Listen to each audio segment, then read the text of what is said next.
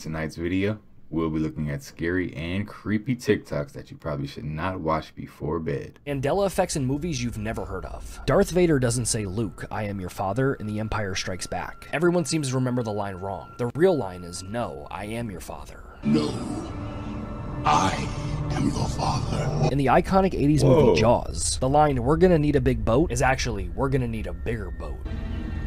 You're gonna need a bigger boat. In the movie Snow White and the Seven Dwarfs, the quote, "Mirror, mirror on the wall," is actually, "Magic mirror on the wall." Magic mirror on the wall. No This way. is the most disturbing and heartbreaking video you will ever watch. Okay, so what I'm about to show you is the 911 call made by a 5-year-old girl after she found both of her parents dead. This is just completely heartbreaking, and here's the video. Hello. Hello. Is everything okay? My mommy and daddy. I think there's a bullet on the floor. Where's mommy at? I don't know. I think they're dead. What do you mean, sweetheart? This is sad. Okay, your daddy's on the floor. How old are you? I'm 5 years old and I have a dog in the house. Okay, baby. Okay. Let me get somebody right over to you. Did you go in your mommy and daddy's room? And there's blood. All over the place? Not all over. There's blood on the plant and blood on the floor. Oh my goodness. You have your little doggy with you? And 3 cats. And you got some cats too? 3 cats and 1 dog. Okay. Are you the only one there besides mommy and daddy? I said mommy and daddy and they didn't even answer. Okay. What made you wake up tonight? I think I heard a gunshot. You heard a gun? Yes, and I see a bullet laying on the floor. I think it's a bullet. Really? Who has a gun in the house? I don't see a gun, but I'm scared. Oh, sweetheart, I will not let anything happen to you. Can you send the deputy down? I promise I will. And you're only 5 years old? You are so smart for 5 years old. Was there anybody else in the house besides you and mommy and daddy tonight? Like an uncle or anything? No, there's no robber in the house. Okay, well I didn't think there'd be a robber, sweetheart. Did you have anybody staying over the night with you guys tonight? Okay, so and the doors are all locked and everything like that. Where are you in the house? Well, I was in my room sleeping, so I heard a noise shot and it woke me up. Oh my goodness. There's a night. Yo, that's gotta be one of the most craziest jobs to have. Like to answer the 911 calls and have to talk to people who are going through stuff like that. I couldn't even imagine, y'all. That whole thing was just sad. I didn't even really... It's like, that's not scary or creepy, man. They got going on. Nightmare in the Well. Let's talk about a nightmare of a game that left quite an impression on me. Lily's Well. Full playthrough of this terrifying game right here. This game is all about a girl named Lily. One day, Lily hears someone crying for help at the bottom of a well outside of her home. And even though her dad isn't here, she still decides that she wants to go out and try to help. Basically, you have to go around Lily's property and collect objects that can be used as a rope. And at any time, you can use these rope-like objects to try to make your way down the well. The well is very deep though, and not all of the ropes work. Each time you fail, you get a disturbing death animation and you have to start over. However, the deeper you manage to go into the well, the more you realize that something is wrong. What lies at the bottom of this well is not only horrific, it's genius game design. And don't worry, we'll talk about the ending. This is why you always lock your doors. Will from Will Whereabouts was camping in the middle of the woods in Box Hill, UK. I think this will do for tonight's stealth camping. Freezing cold! That'll be a good way just to get some heat in here in the mornings and in the evenings when it really does start to drop. I've decided to put my gas portable stove just sitting on the boxes which it goes in because I'm going to spark it up and get a bit of nice warm air to come through. When suddenly, late at night, he's awoken by what sounds like human voices.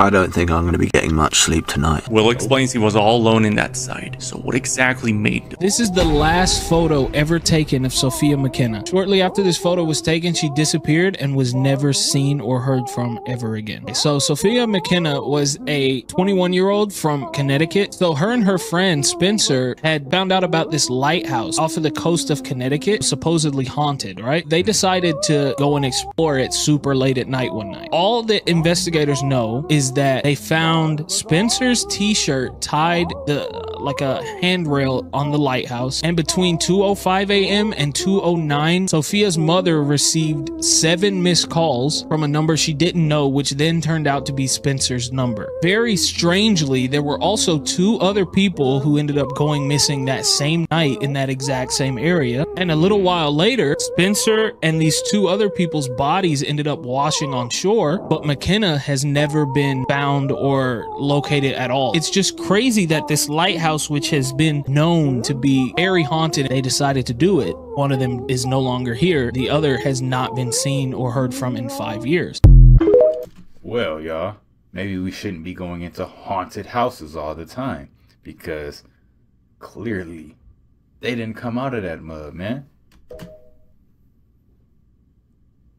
This film was cursed by the devil. On June 6, 1976, a film called The Omen was released, which angered the evil of the world. Well, you see, even though the film's producer was warned countless times that the devil's greatest single weapon is to be invisible, and he's not going to want that to be taken away from him, the story exposing the devil's work was too compelling to pass up on. Coincidence or not, what followed were a series of tragic events, from stuntmen and animal handlers being brutally killed, in mysterious plane crashes, to actors coming to near-death situations that delayed production. It wasn't an understatement to say that the devil didn't want the film to be made, even though this film enjoyed a stellar success at the box office. So, maybe it was true that... Some of that bad energy, y'all.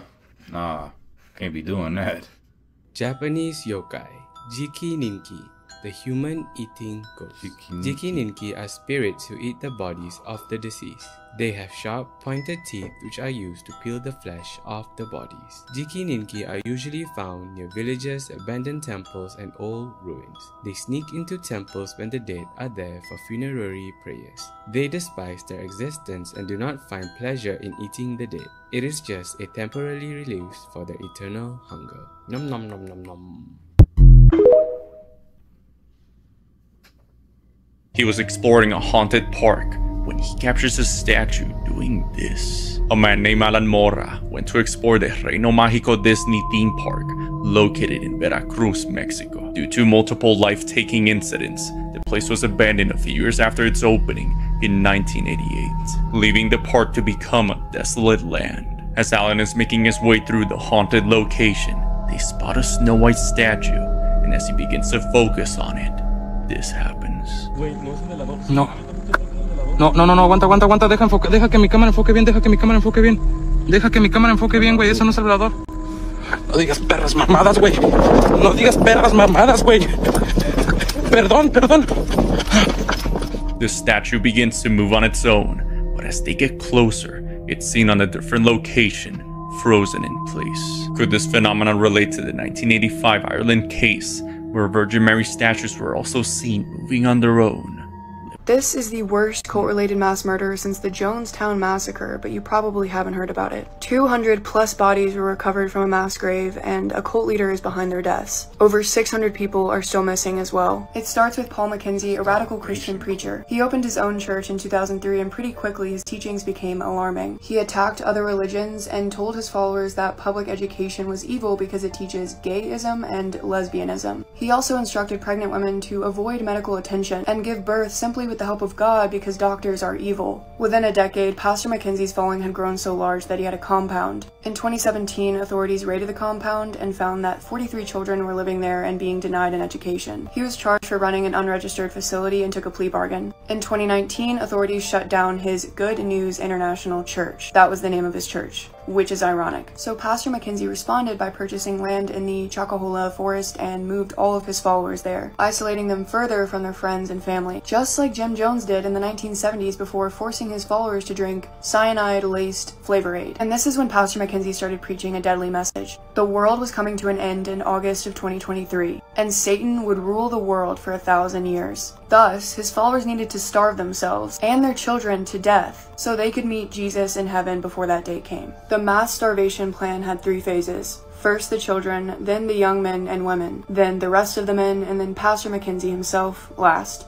So how did this finally come to the attention of authorities? Well, in mid-March, weeks before Doomsday, a local went to the police and said that his brother and sister-in-law had starved their children to death. Officers found the couple's sons in shallow graves. The 3rd son was rescued, but he was weak and starving. The 3rd son also told police his parents had starved them and then suffocated his brothers to death. Pastor McKenzie was immediately arrested because he was the one who forced this couple to starve their children, but he was able to post a $73 US bail and return to base camp. And that is when the Doomsday date changed, from August 2023 to April 15th, 2023, so within a few weeks of his return. This is a quote from a former cult member who was kicked out for drinking water during the starvation phase. The moment he got back, he called a meeting, said the world was ending and therefore we, the chosen ones, needed to go ahead before the world ends and problems come. Pastor McKenzie told his followers, quote, "As your leader McKenzie, I will be the last one. I will close the door, you chosen ones will proceed before me, and we will all meet with Christ." On April 13th, police got his tip and went to McKenzie's camp where they found 15 of his followers starving and dying on the ground.